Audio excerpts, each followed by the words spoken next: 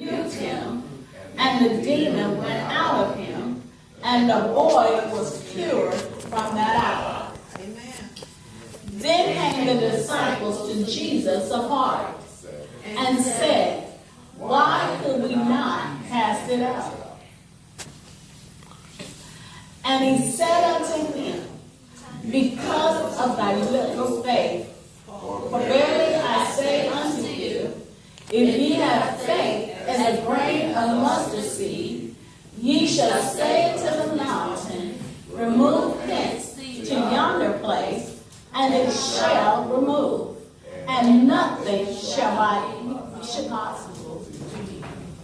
But this kind goes out only prayer and fasting. Amen. Carlton, if you'll take those lines from off of those, I think that's making it double line so that we could not see that.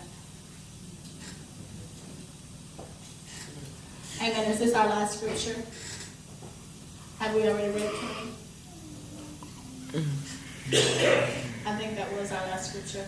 Look at your neighbor and says, These things only come out through prayer and fasting. Look at your other neighbor and say, These things only come out through prayer and fasting. If you would allow me to use for a thought this morning, mountain movers. Why don't you find somebody and say mountain? Oh, look at find somebody like you're excited to be at church, like you ain't dragging. Look at somebody and say mountain. Yeah. Look at somebody like you know God is going to speak in this house. That whatever's going to go forward, your life is going to change. Go ahead and say mountain. Mountain movers. Amen. We read 14 through 20, but if you would have started at the chapter 17 at the very beginning of chapter 17, verse 1, and read all the way down to 20, before this conversation, Jesus had an adventure. Before this conversation, Jesus and his best friends, Peter, James, and John, they all went, and Jesus said, I want to introduce you to my real character. I want you to get to know me. You're my best friend. I don't want you to know me like everybody else know me. I don't want you to know me like, them out there know me that just know my name and know of me. You're my closest friends. Like right there on that second row. You're my closest friends. And so I want you to know me intimately. So Jesus said, you know what? Come on, let's go with me. I want y'all to see the real me. So Jesus took Peter, James, and John up to a mountain. They climbed all the way to the top of the mountain. And when they got to the very top of the mountain, something happened. Jesus, his flesh disappeared. When they got to the top of the mountain, if you've ever seen Ghostbusters or if you've ever seen that ghost show, what's that, Casper? The Friendly Ghost.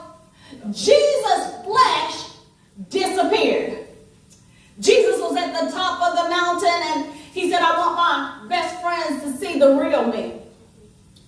So he got to that top of that mountain and his flesh disappeared and he was like see-through. He was like a ghost. How many of you know that you have a spirit on the inside that if your body is dead, all you're going to have is a spiritual being that you can see through. It's like transparent. It's like a ghost. And when his best friends, Peter, James, and John, seen that, they're like, whoa, that's awesome. And what was even more awesome was Jesus took them up there so that they could see him, lose his flesh, and talk to dead folk. Mm-hmm. Jesus sat up there and he said, you know what? I want to talk to Moses and I want to talk to Elisha. And so Jesus decided that he needed to pull in some people that had been dead for a little while. Can you go ahead and say dead for a little while? Dead for a little while. And so out of all the people in the Bible, out of, Abraham and Adam, his first person that he ever created, out of Elijah over Elisha, out of Jeremiah, out of all the great prophets and the minor prophets, out of all those people, Joshua, Isaac, out of all the people that he could have said, I want to talk to that's dead, he chose Moses and Elijah. And so I started saying, God, why would you choose Moses and Elijah out of all the people?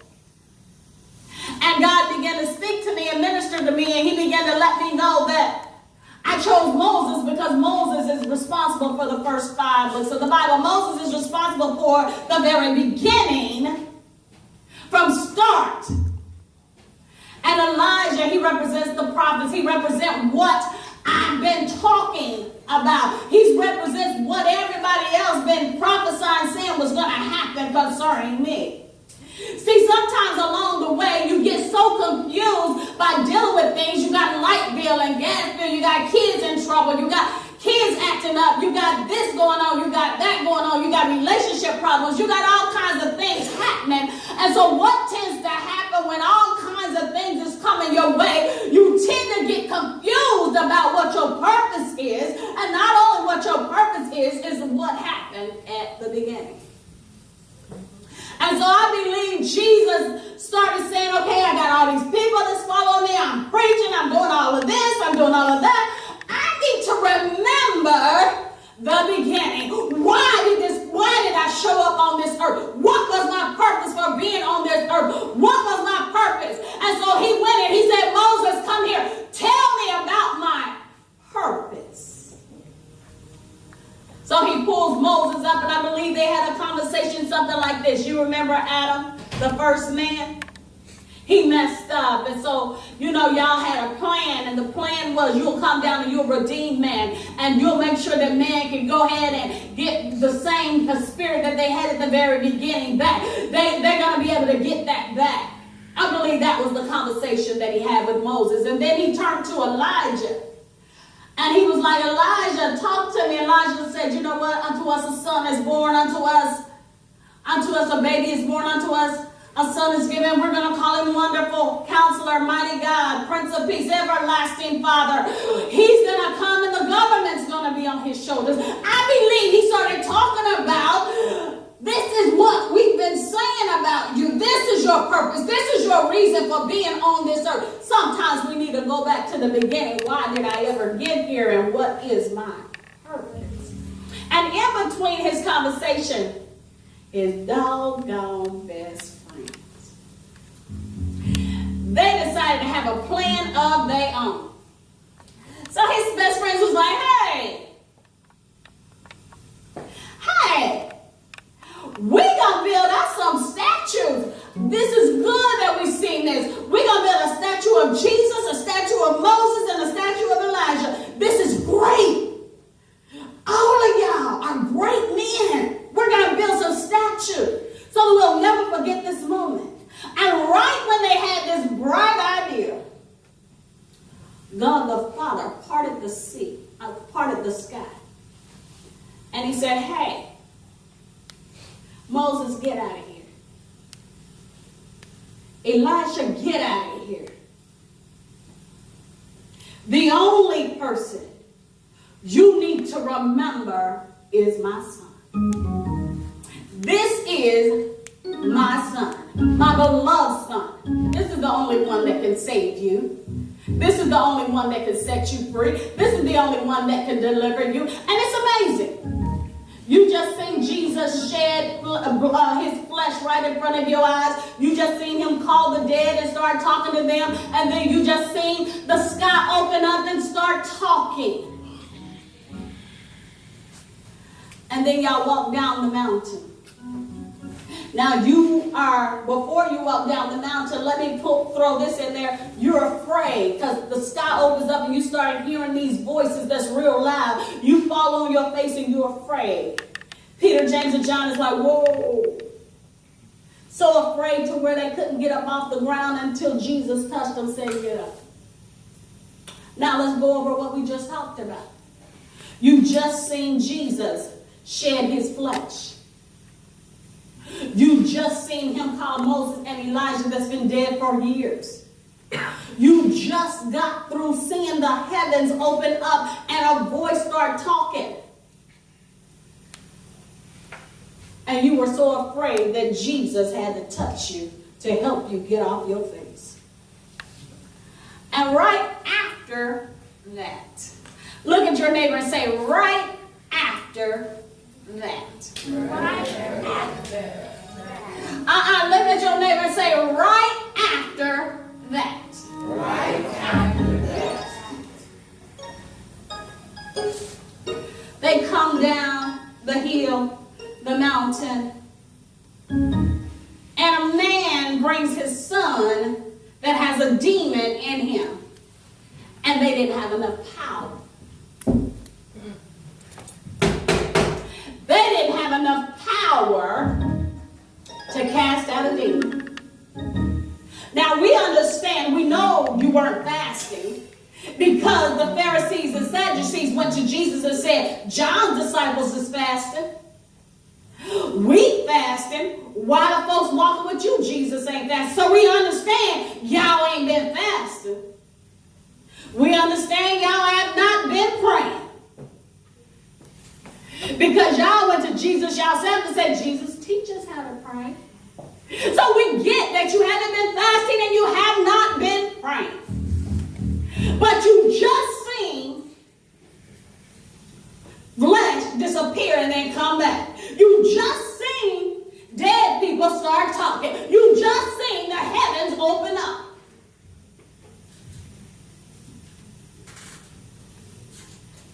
And even in all of that, you did not have enough faith to cast out a demon. So a man comes to Jesus and he falls on his knees and he says, Jesus, can you help my son? He has a demon. He's making him fall into the water and the demon is making my son fall into fire. Can you help my son? And Jesus said, how long am I going to be here? I'm so sick of it. You just seen all of this on the mountain. And now you don't have enough faith to cast this little bitty thing out? He said, leave him. And after Jesus said, leave him, the demon left. But the disciples were still baffled. The disciples were still concerned. The disciples were still like, wait a minute, what's happening? Wait a minute, you did that too easy. Why couldn't we do that? And this is what I want you all to get this morning, is that Jesus gave a revelation right here. As we get ready to go into our 7-day prayer revival, Jesus gave a revelation right here. Jesus said, hey, I need to tell you something. There are some demons that you could go ahead and cast out without fasting and praying. There are some things that you could fix without fasting and praying. There are some circumstances you can go ahead, Nate and Donna. There are some circumstances that you can do without fasting and praying. But there's very few people that can ever move mountains like this one. There are some mountains that's real big. There's some mountains that's too big for you if you're not fasting and if you're not praying. I understand some people just came off of a fast, and I bless God for what you've been able to do. But I need to let you know something this morning. There are some demons that'll come by your way. And you're not going to be able to deal with them demons without fasting and praying. I need you to understand something. I've had the misfortune of watching EMT work.